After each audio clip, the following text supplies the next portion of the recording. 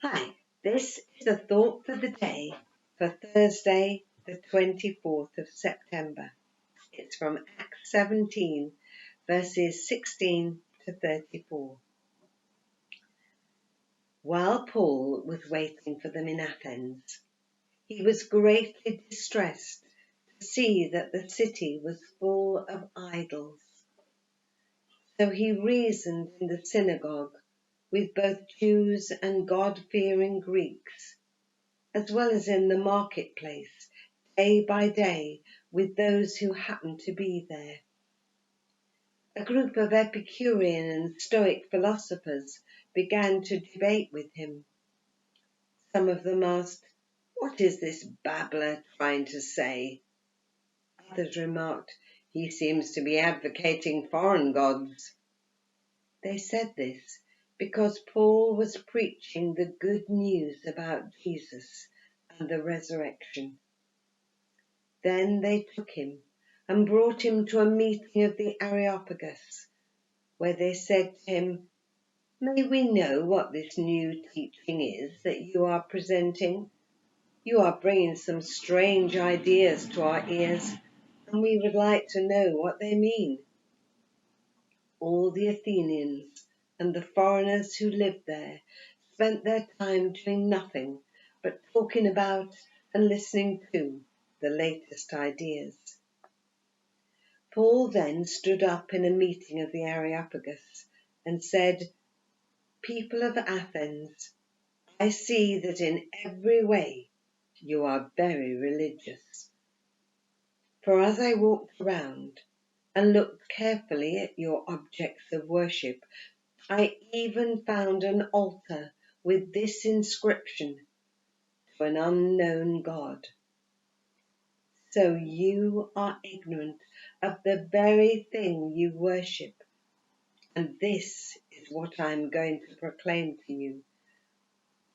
The God who made the world and everything in it is the Lord of heaven and earth, and does not live in temples built by human hands.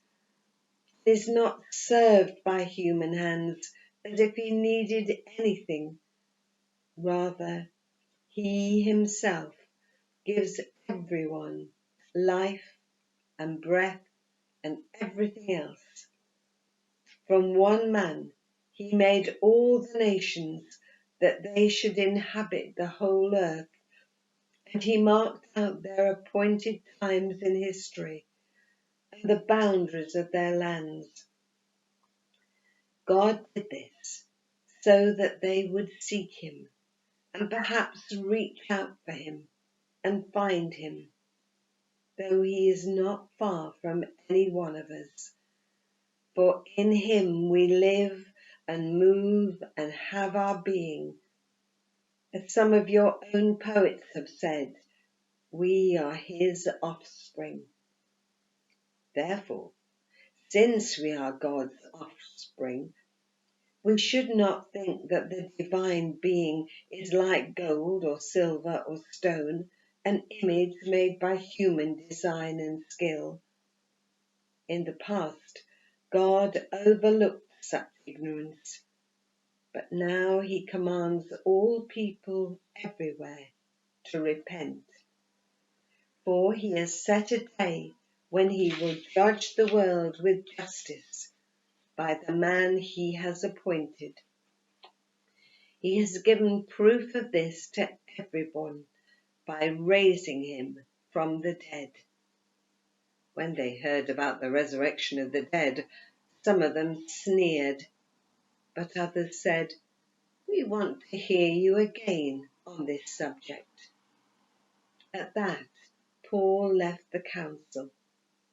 Some of the people became followers of Paul and believed.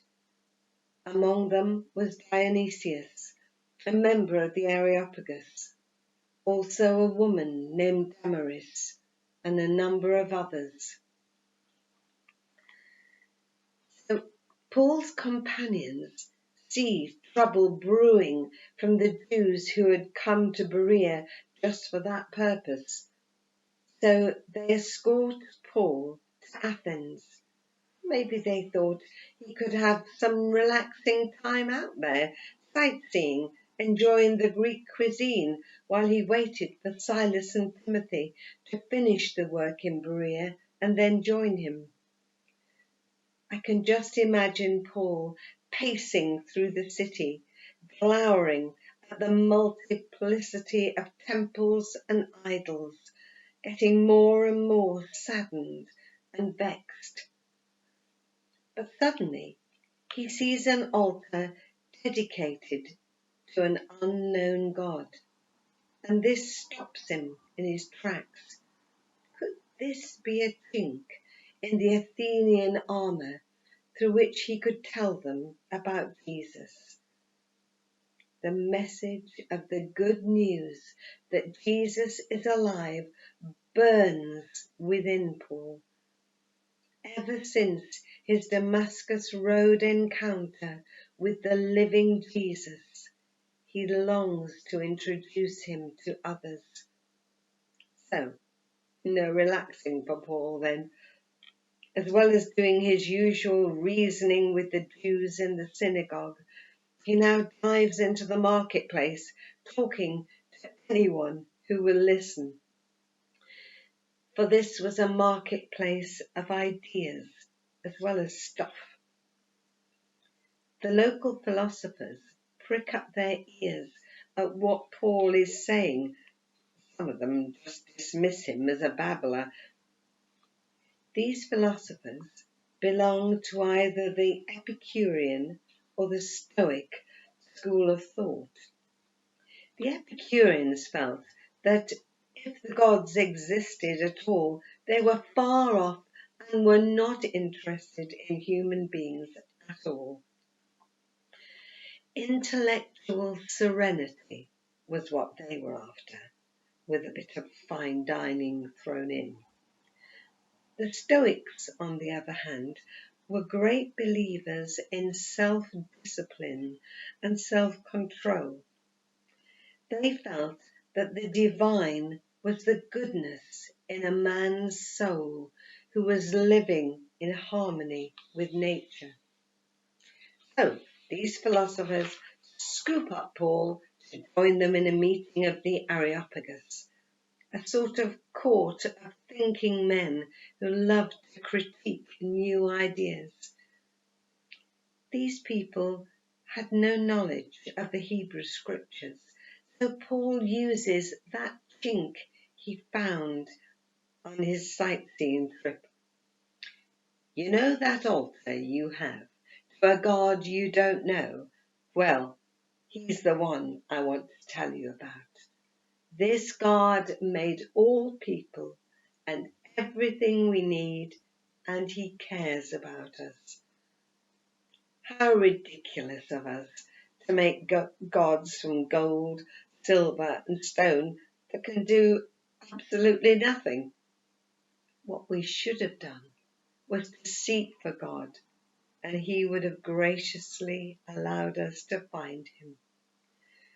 And Paul uses the debating tactic of quoting his opponent's own writers, Cretan and Sicilian poets, showing how even they support his revelation of the one true God.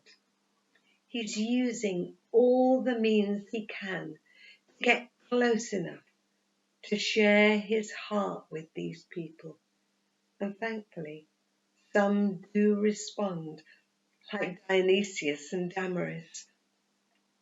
And that's what we're trying to do, to get close to people, to love them and befriend them and listen to them, to find that chink in their armour for an opportunity to share our wonderful Jesus with them. May God bless us as we seek to love and serve others and share his good news with them. Amen.